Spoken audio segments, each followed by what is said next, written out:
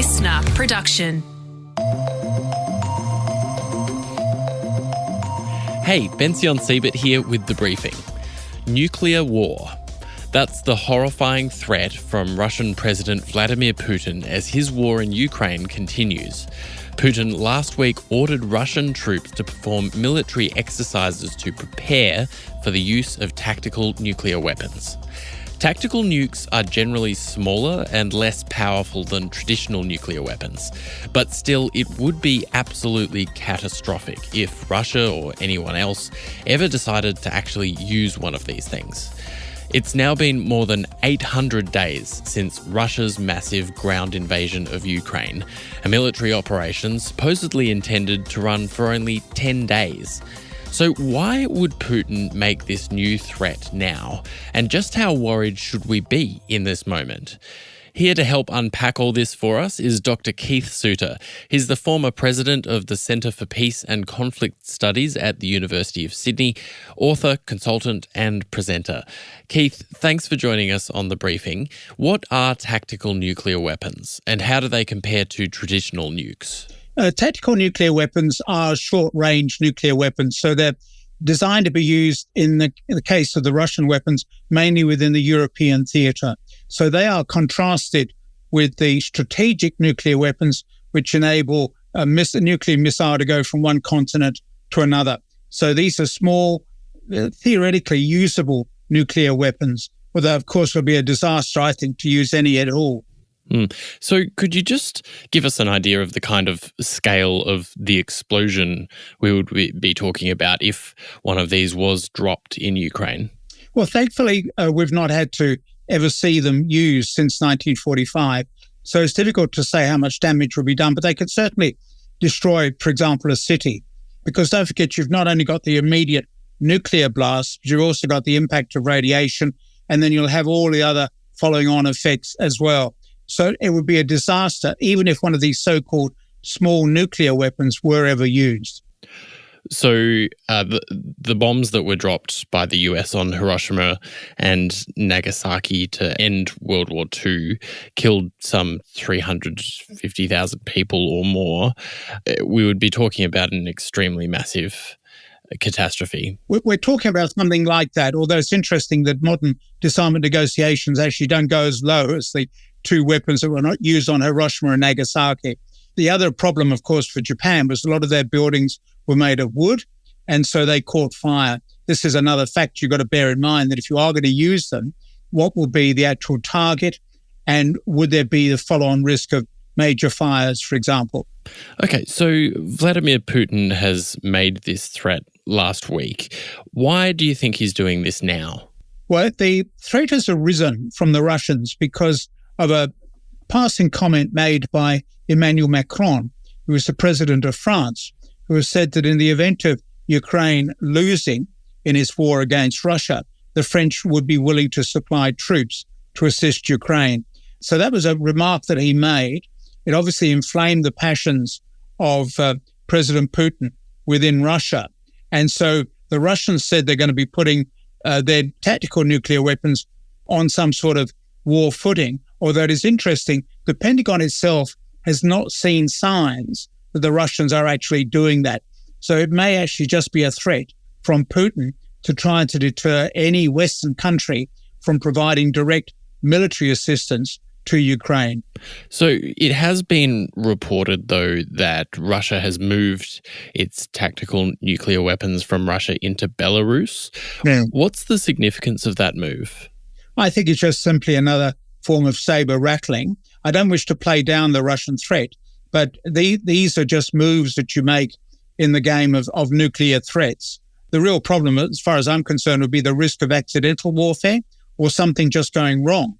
And then we end up with a nuclear war that nobody really had expected.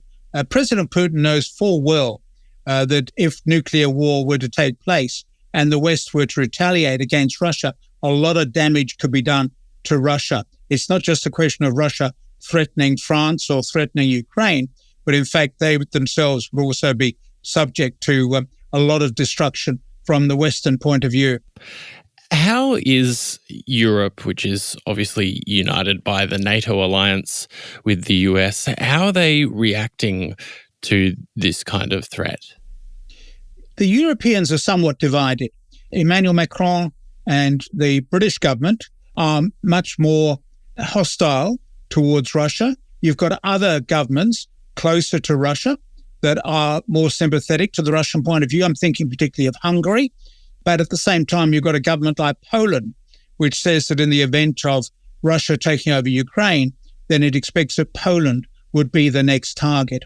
The basic problem for Russia is that theoretically you can walk from Berlin across to Moscow. It's a pretty flat northern plain that you can walk across. So the Russians, for centuries, this is not a new idea, the Russians for centuries have sought to have a buffer zone between main Russia and what they perceive as their enemies in the West, be it France or Germany. And so they do need a buffer zone. And Poland is used to being caught up between the hammer and the anvil. And so Poland is obviously very ready to defend Ukraine because it's worried that it'll be the next target, perhaps after the Baltic states have been retaken by Russia. So it is seen by some of the European countries that Russia is on this determined move to re-establish the old Russian Empire, which collapsed in 1991. Obviously, much of the world's attention for the past few months has been very much focused on Gaza and Israel, but this war has been going on for a long time and seems to have reached some sort of stalemate. There's been more than 800 days since Russia launched its major invasion, but do you think that there's a risk of a major escalation in this year? Yes, Russia can't afford to be seen to be losing this war. Remember, it was called a special military operation. It's illegal in Russia to call it a war, and it was supposed to last for 10 days. So that was February 2 years ago. So what we're looking at now is this protracted struggle, which, as we speak at this very moment, may well cost the defense minister his job. Putin is looking for someone to blame for the lack of progress. Won't be Putin, of course, so he'll blame the defense minister. So we'll see probably a change of portfolios within the Russian government. Russia has been incredibly embarrassed by its lack of success in being able to take over even a slice of Ukraine. As we speak at the moment, about 18% of mainly eastern Ukraine and southern Ukraine are occupied by Russia. So Russia has got some control, and it may well be that we will end up with some sort of Korean War type settlements. In other words, the country will be divided, with that eastern region being held onto by the Russians and the western part of it being independent of Russia and ultimately perhaps joining the European Union and joining NATO. But the eastern side of the country, which is more Russian dominated anyway, traditionally over the centuries, that will be controlled by Moscow. So this has obviously been a huge embarrassment for Vladimir Putin, the president of Russia, but it's existential for Ukraine. If we go back to, I suppose, walking through what's happened in the war, you could say that there was this full-scale invasion in 2022. The Ukrainians had a surprising amount of success. There was what was widely seen as a failed counteroffensive last year. Where would you put the war now? How would you describe the current moment? Well, the war is always affected by weather. And so you have periods when you can fight and periods when you can't. So in the case of Ukraine, which has marvelous soil, when the rains come down, vehicles can't move through all the mud. The mud is now drying out. We're heading into summer. The land will be drier, much better for moving vehicles around. And so we would expect the Russians to have a new offensive against Ukraine at any time now, because the land is much more suitable for that type of Russian invasion. The war is not going well for Ukraine. It hasn't lost, but it's not going well. The Republicans in the United States Congress held up sending supplies to Ukraine. They've now agreed that the money will be spent to assist Ukraine, but the relief is coming along very much later than Ukraine would have hoped for, or President Biden would have hoped for. And so this has certainly assisted the Russians. We're in this bizarre situation where the Conservative Party in the United States is now actually seen to be supporting the Russians. We now will expect Ukraine to increase the size of its arsenal. It's also running short of people. One of the more recent schemes has been to release certain prisoners from Ukrainian prisons to enable them to do the fighting. The Russians have been doing this for an even longer period. Russia has about 140 million people. Ukraine has about 40 million people. So very much out of balance. And Ukraine is now running out of young people who will be able to fight. So Ukraine has got a shortage of troops on the ground as well as military equipment. But the military equipment side will be addressed by the money now coming in from the United States. Looking forward now, we've got the US presidential election coming up in November. Obviously, there's been a lot of talk and reporting about the connection between the Republican Party in the US and a certain admiration for Vladimir Putin under Donald Trump. What happens if Trump wins?